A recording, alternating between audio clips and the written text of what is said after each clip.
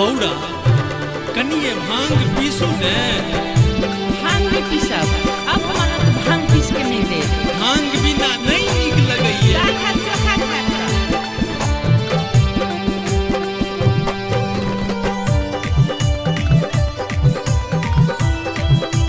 अब दाल भात चोखा पे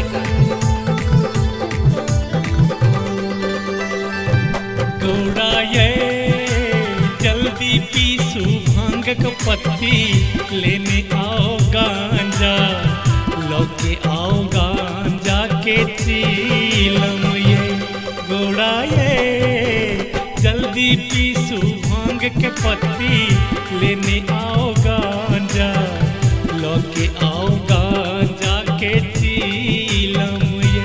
भोला यो हमने जानी भांगक पत्ती, हमने जानी गांजा, कत्ता भेलो गांजा के चीलम यो। भोला यो हमने जानी भांगक पत्ती, हमने जानी गांजा, कत्ता भेलो गांजा के चीलम यो।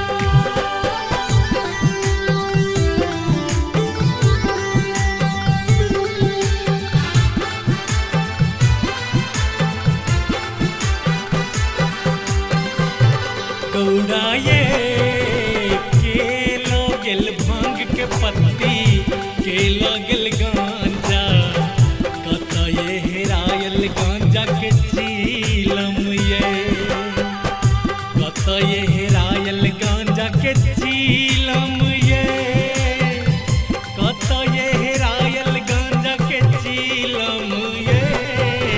के लगल भांग के पत्ती, के लगल गांजा, कत ये हेरायल गांजा के चीलम ये।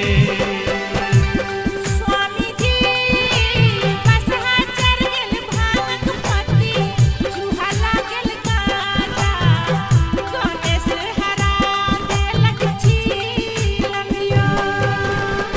गणेश हरा देलक चीलम यो। गणेश हरा देलक चीलम यो।